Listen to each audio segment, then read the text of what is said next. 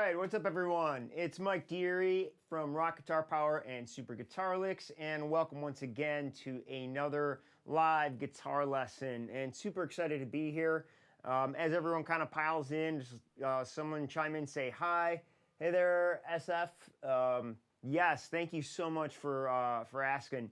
So this is my first live lesson since sustaining an injury to my left hand. So I'm super excited to be back in action, playing a lot, and everything's getting back to normal. Definitely a little bit sore once in a while, but I'm going to be able to pretty much do just about everything that I want to do on guitar and my instruments, which is a huge relief. So it's really nice to get back and especially be back here with you guys doing a live lesson. And today what we are going to be talking about are chord inversions. And I'm really excited to talk about this because it's one of those things that if you've been around guitar or any instrument, you know, you hear the term chord inversions at one point or another. And if you're not familiar with what they are, we're going to cover it, we're going to talk about it, and best of all, we got a really cool example to show you how powerful chord voicings can be. So what I was just jamming on is actually the example that we're going to be using today. So this is just a little riff that I kind of came up with. And what I'll start by doing is, a couple days ago I sent out an email and a little video about a simple lick, which is this guy here. So this is just a real simple lick that I had came up with that you could use to jam on top of. So before I get all into the chords and everything, let's just show you how to jam on top of this lick. So I got a little looping pedal here. And all I'm going to do first is play this lick and loop it so that we have a nice little background to jam to. So it's very simple. That's it. So we're going to loop this up.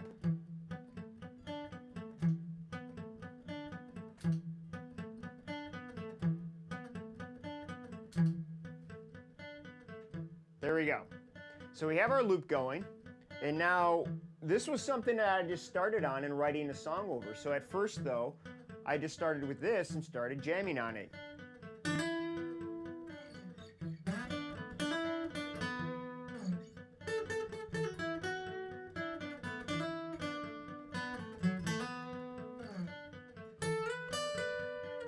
Okay, and so forth. So now, the next part that I came up with were these chords.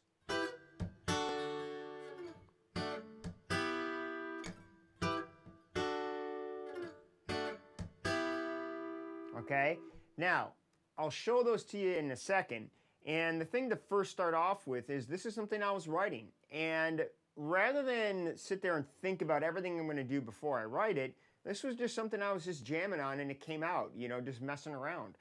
And after I find something I like, I tend to then write it down and start mapping out what is the chord progression that I'm playing, right? And this one was a nice reminder about how cool and how powerful chord voicings can be, because essentially what we're doing is playing the same exact chords twice in a row. But because I use what are called different chord voicings, it sounds a lot more interesting and it sounds like there's a lot more going on. So again, the chord progression is actually E minor to D and then D to E minor. So we're going to jump in right now. And again, if anybody has any questions while I go throughout this, just type them in. The chat's live. I could see you guys and respond to it. So if I don't explain anything as much as you like, or if you have other questions, type it in, let me know. And also, this is going to be the topic I'll be talking about for the next 20-30 minutes. But if you have other questions, please type them in and let me know, and we'll get to it after. Okay?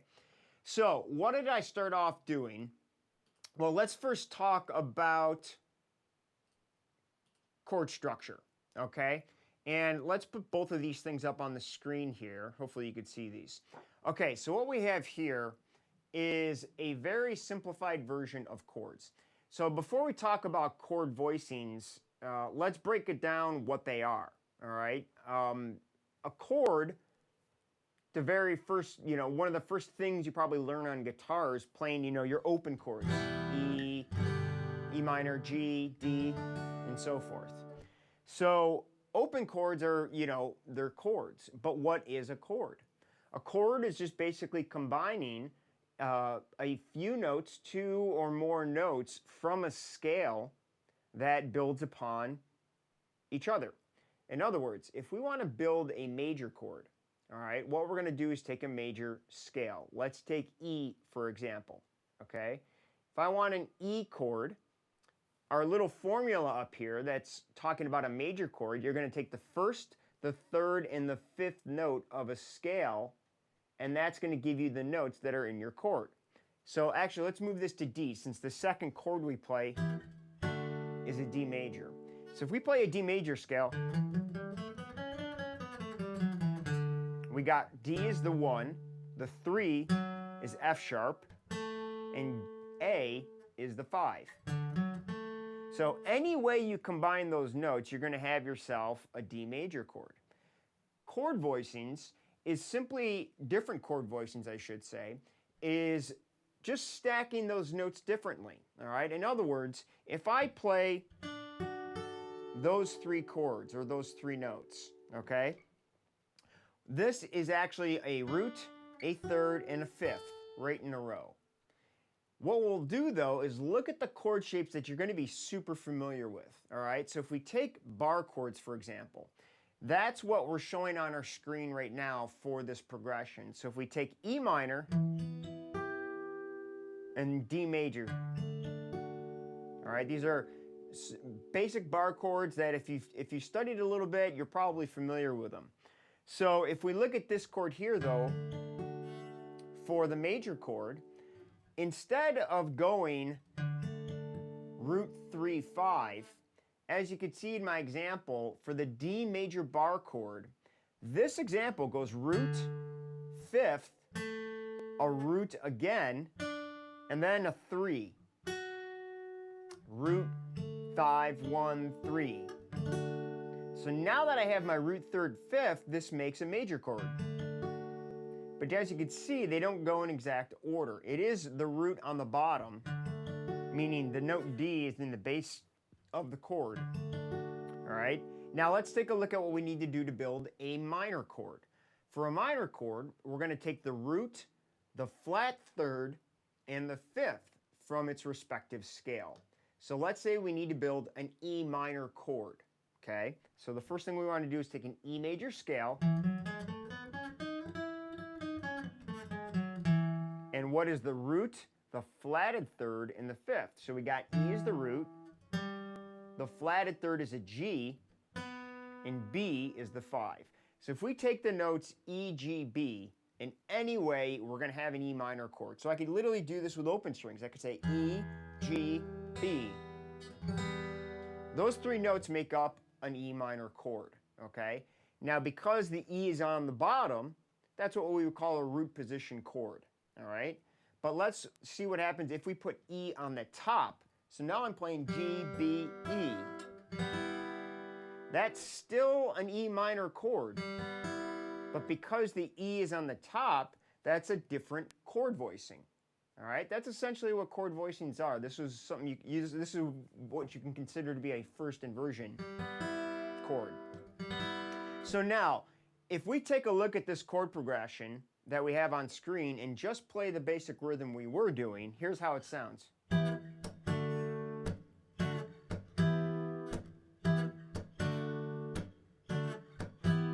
Now, I think that's pretty groovy. It's cool. There's a groove there. You could solo, you could jam, and you could certainly write a song over that.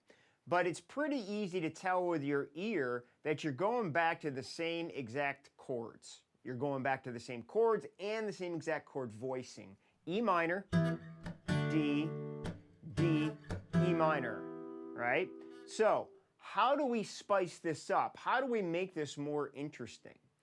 Here comes new chord voicings, okay? So let's take a look at the same exact chord progression, but what we're going to do now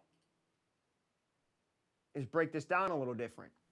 Here is the chord progression with the chord voicings that I actually wrote to our little groove that we started with. So check it out.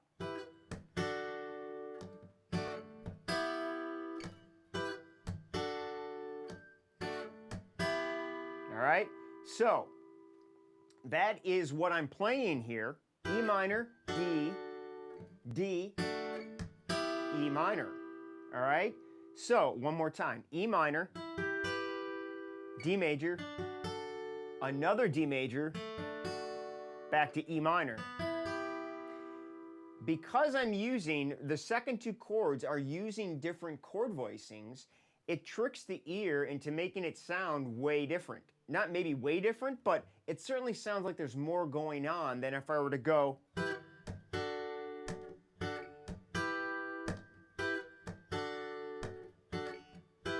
All right, so yes, actually, yeah. Dimwit's advocate. Very good. Yes, that is exactly right. So the different chord voicings sound a little different, but are the same chord. And that's what's cool about it, is that because they're the same chord, they could be used the same way throughout progression, but it's going to make it sound different, more interesting sometimes. Depends on what you're doing. But to me, doing this is okay. Doing this is even more interesting because it sounds like something totally different's going on. So let's break this down and we'll take a look at what is actually happening with this inversions or the new chord voicings that we're doing. So if we take a look at the first two chords that we play, we have an E minor. Now in this case, if we play 7, 8, 9 or 9, 8, 7, this is what we call a root position. So if you look at the first one we have here, E minor, we have 1, flat 3, 5. And the notes are going to be E, G, B. Remember, any way that we play those three notes, it's going to make an E minor chord.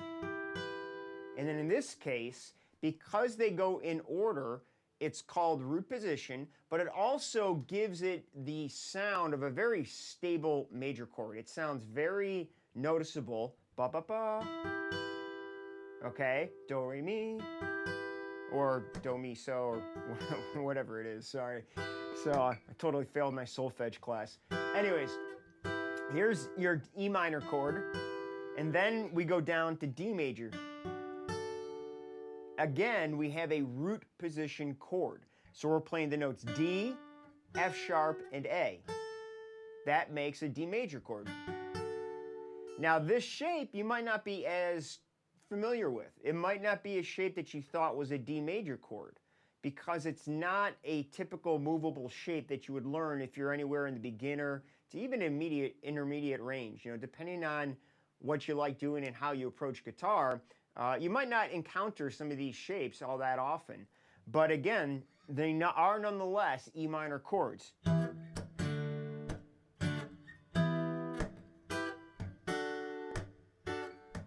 So in those two examples, I just played it an octave higher. And you could hear, though, that they work the same, but they create a different sound just being an octave apart. But now, when we use that separate chord voicing, so what's cool here, I'm ending on a D, and there's another D. They are exactly the same notes, only they are being played in a different order. So when we look at this D major chord, it's root position, and it goes 1, 3, 5. When we look at this D major chord, this is going to be, you know, the open chord shape that you're really probably used to playing. But when you play this as a D open chord, you're usually hitting the D string first. If you look at the tablature of the sheet music here, you could see that I'm purposely not hitting the open D string. I'm starting with the second fret on the G string. And that note is A. And A is the fifth. So this chord voicing is going to go A, D, F sharp. Okay, one more time. A, D, F sharp. But again, because I'm playing those three notes, it's still a D major chord. This is just what we call second inversion. First inversion would be where the note D is on the top. Okay, an example of that, there's a first inversion. All right, here I'm playing 10, 10, 11. If I go E, B, G, Okay, that is what we can consider to be a first inversion because the root is on the top. But now, down here, again, it's the same chord, only the notes are combined differently. This is second version. All right? So, the next chord that we finish up on, E minor. All right? But in this case, again, we're doing a second inversion. So before, you could see when I go back and forth to these, you could hear how they sound very much alike. But something's different, all right? And that something different is the inversion or the different voicing.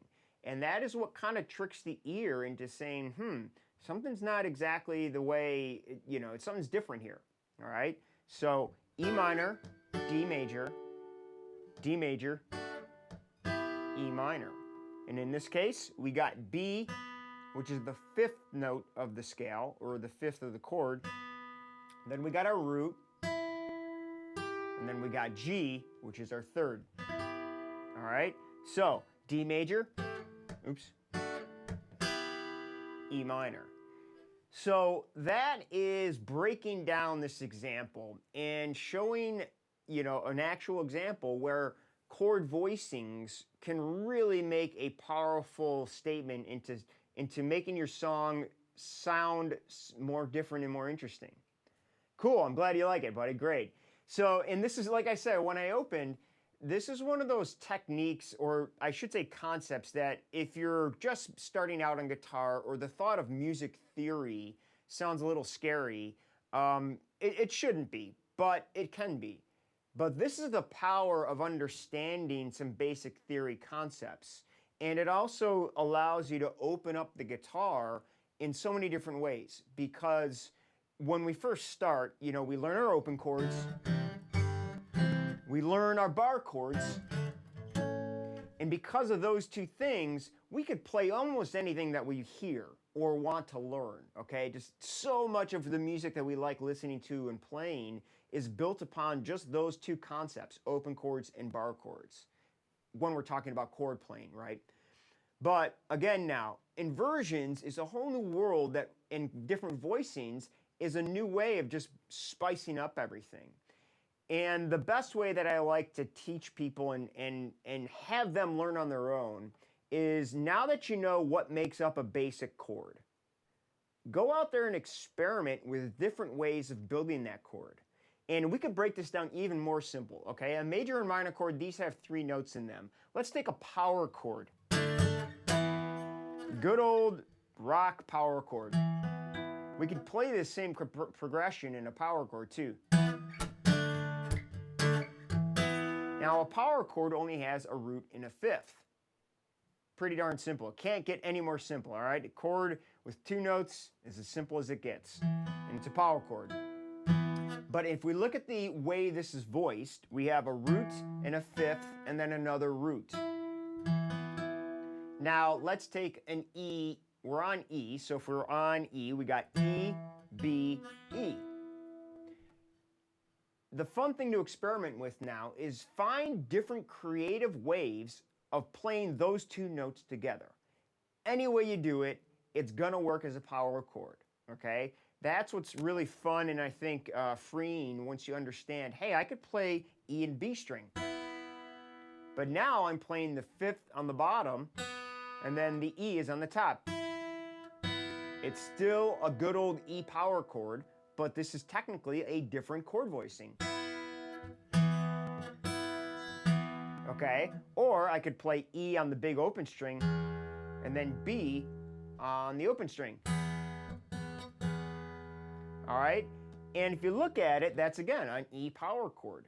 And if we want a movable shape, think about what's happening here. These 2 strings are open. So if let's go to D. All right, so I'm playing a D on the 10th fret on the big E string, and I'm playing the 10th fret on the B string. D and A.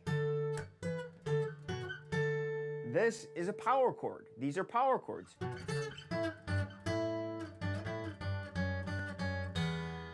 Pretty cool, right?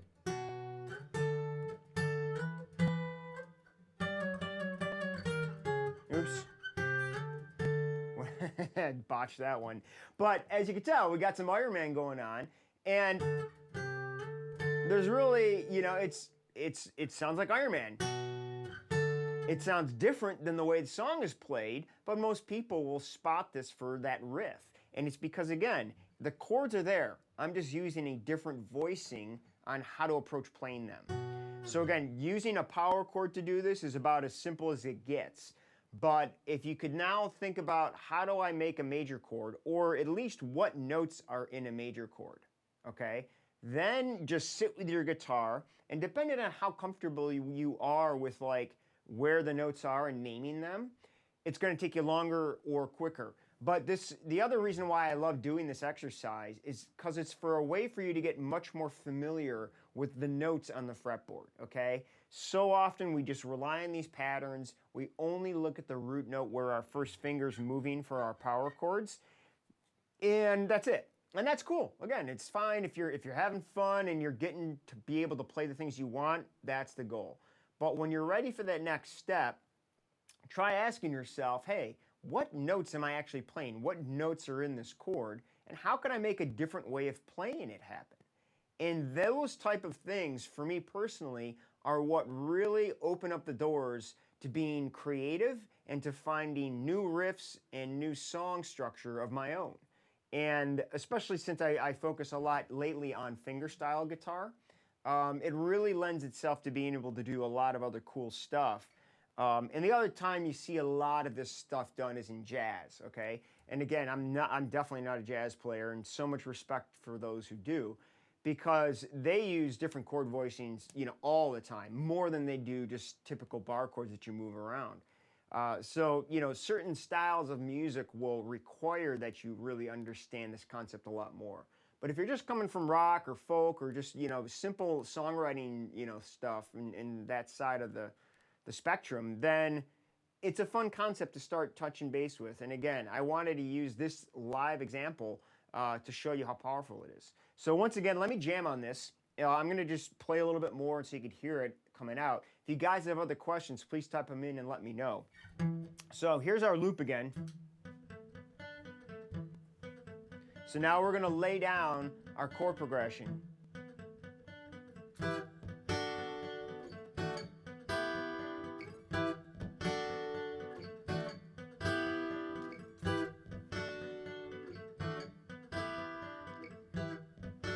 So now we have so much more to kind of connect with when we want to solo. We got a little rhythm going, which is almost like a bass line, and we also have a chord progression.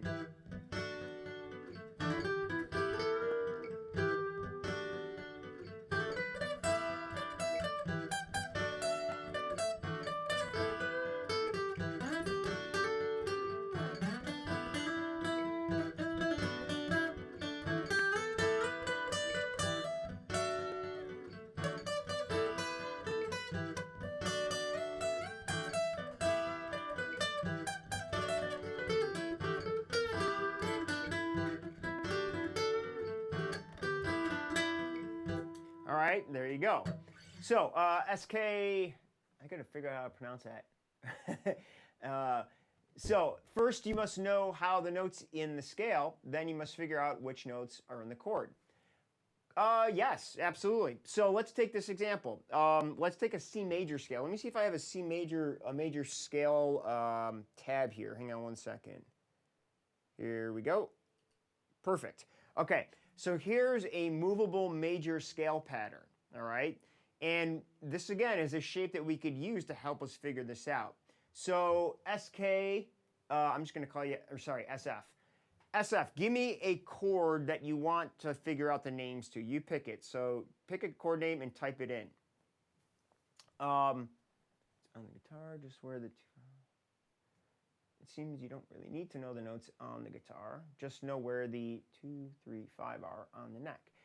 Yeah, that's partly it. And the reason I'm going to say partly is you want to make sure that when you talk about 1, 3, 5, when you're using Roman numerals as you have them written there, typically we associate Roman numerals with actual chords, okay? To be very specific, when we talk about our chord structure, let me come back to our... Here we go. G major, awesome, you got it. All right, we'll work with G major. So when we talk about our chords here, yes, okay. So when we talk about our notes in the scale, we want to make sure that we are talking about notes and not chords, okay? So here's how we're going to break this down for learning the notes in G major, okay? The first thing that we have is a major scale, okay? Very important to memorize this one. You can see it on the screen. So the second thing we need to know is we're trying to figure out the notes that are in the chord G. So we need to know where the note G is on the big string, okay? So if we go E, F, G, all right? So we're on G, and now if we just play the shape, the circled notes are the root notes. So once I get to the next circled note, that's the scale starting over again. So if we start on G, 1, 2, 3, 4, 5, 6, 7, 8, or back to 1. So it's as simple as saying, now what I want to do, if I want to build a G major chord, we take the root, the third, and the fifth. So if I count, 1 is obviously G. What's 3? We go 1, 2, 3. Now I got to figure out what note this is, okay? 7th fret on the big E string, okay? Anybody want to kind of type that in and see if you can guess what that is, or if you know right away? So there's the third of the chord is going to be the 7th fret on the B string. The 5th note, 1, 2, 3, 4, 5. So now what we need to do is figure out the 5th note. Yes. Dimwits. Man, that's what you get for naming yourself Dimwits, is that I get to call you Dimwits. Yes, I love it though. So yes, whole half. If you're thinking about the steps, whole note, so if here's our root, we're going a whole step, we're going a whole step, then we're going a half step, and so forth, okay? That is another way of figuring out what notes are in there. Awesome job. You guys both got it, great. So B. So the third in the G chord, 1, 2, 3, is a B, okay? Because it's the third note in the scale. So the 5th, 4, 5, is going to be the 5th note on the A string, and that note is D. All right? So we just figured out that the notes that are in our major chord are G, B, and D. There you go. So when you see this big old chord shape, okay, Mr. Dimwit, you got it, buddy. No problem. Mr. Dimwit, you got it. So when we play our G major chord, you might be asking yourself, I'm playing 6 strings, and you're telling me there's only 3 notes in the chord, okay? So yes, because let's break this down. Let's see what notes we're actually playing. We're playing a G, we're playing a B, and then we're playing a D. So right there, that's our root position G chord, right? Because we're playing the 3 notes that make up G, G, B, D. But then what do? We again play another G. We're playing the open string G. Then we play the open string B. And then if we play the 3rd fret on the E string, we're playing another G. So even though I'm playing 6 strings, I'm playing more notes, more of the same notes than once. In other words, the G note, we're playing 3 different times in this chord shape. And that happens to be this chord voicing. Okay, let's take this idea and now use a different chord voicing. Let's take a G up here. All right, so now we got G, and now let's do D. Actually, this is going to be a bad example. Let's do this one. So G, B, D. There's another chord, G major chord. But now this one is also actually in root position because we go root, 3rd, 5th. It's just an octave higher. And you can hear how similar those sound.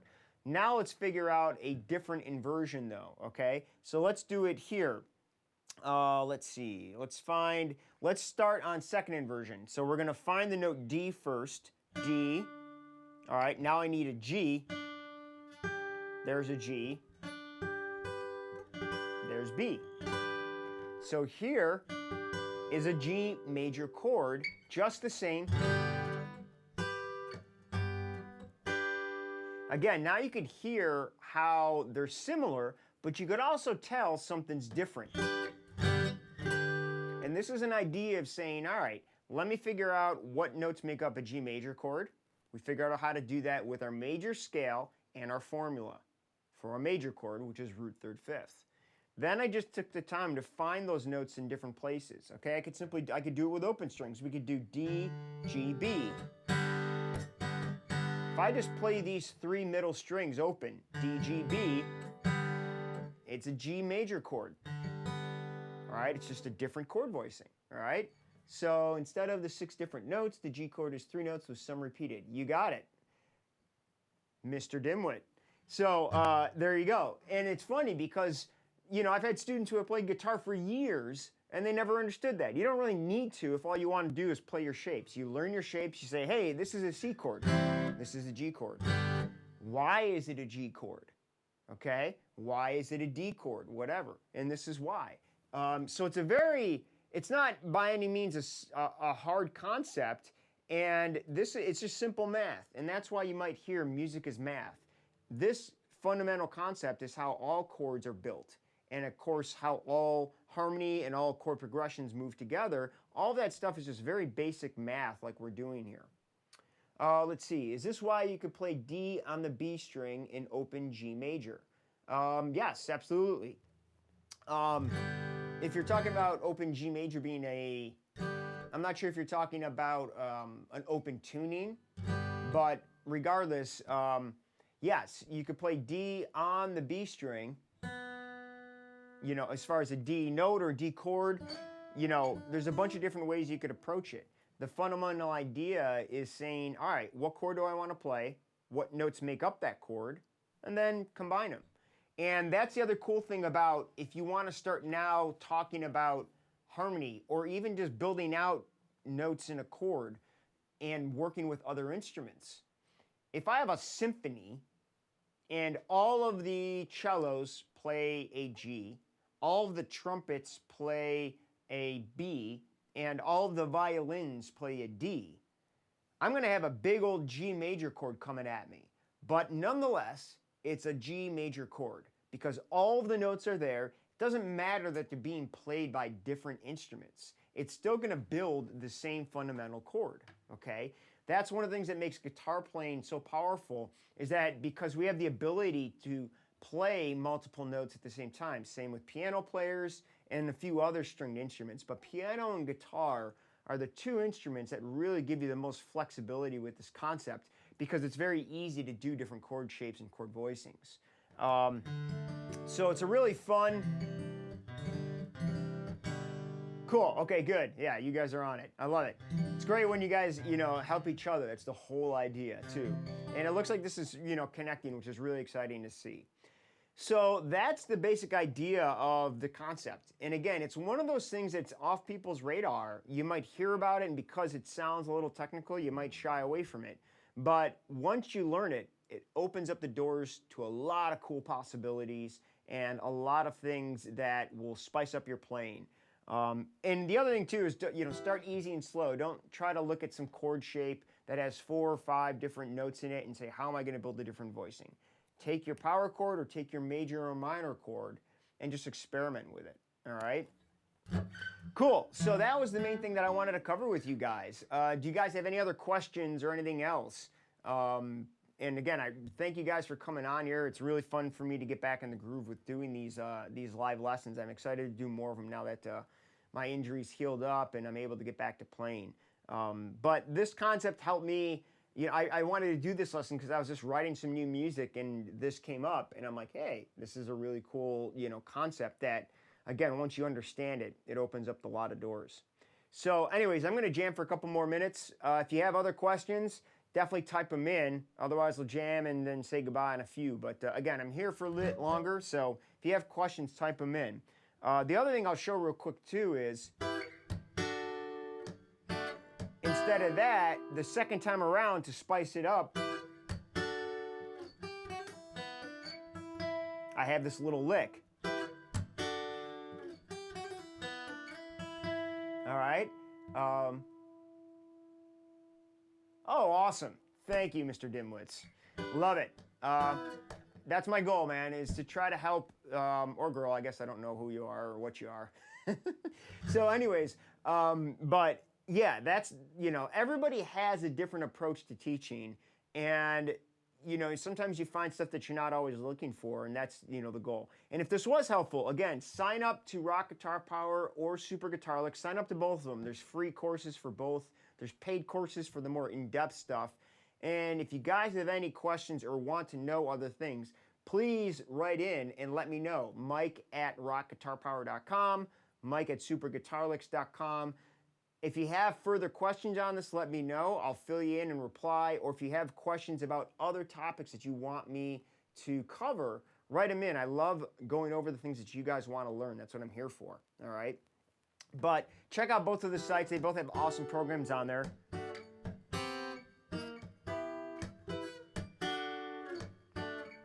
So let's jam a little bit more.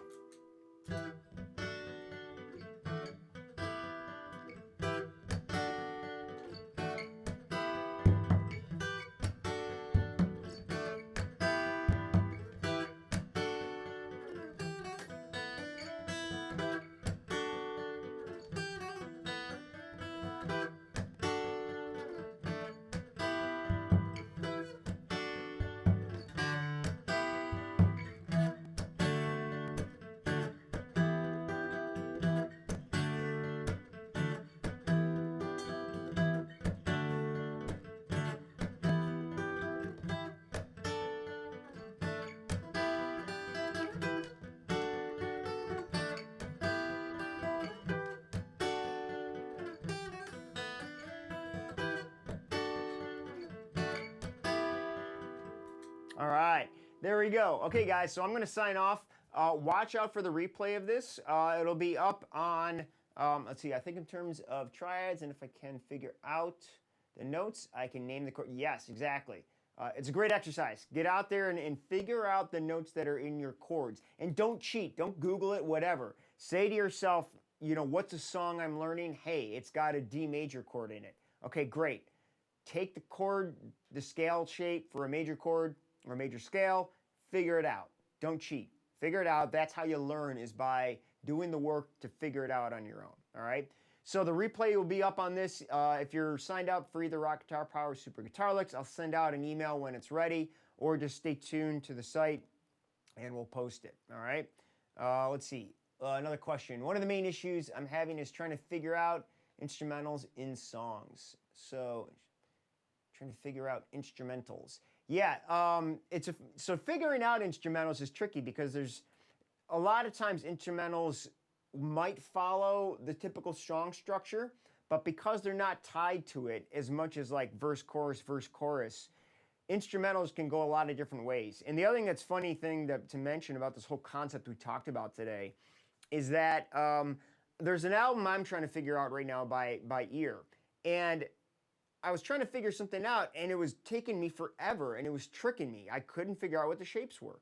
And when I finally figured it out, it was something so stupid simple, but because they use these voicings, it tricked my ear into thinking something totally different and complex was going on. So, super powerful concept.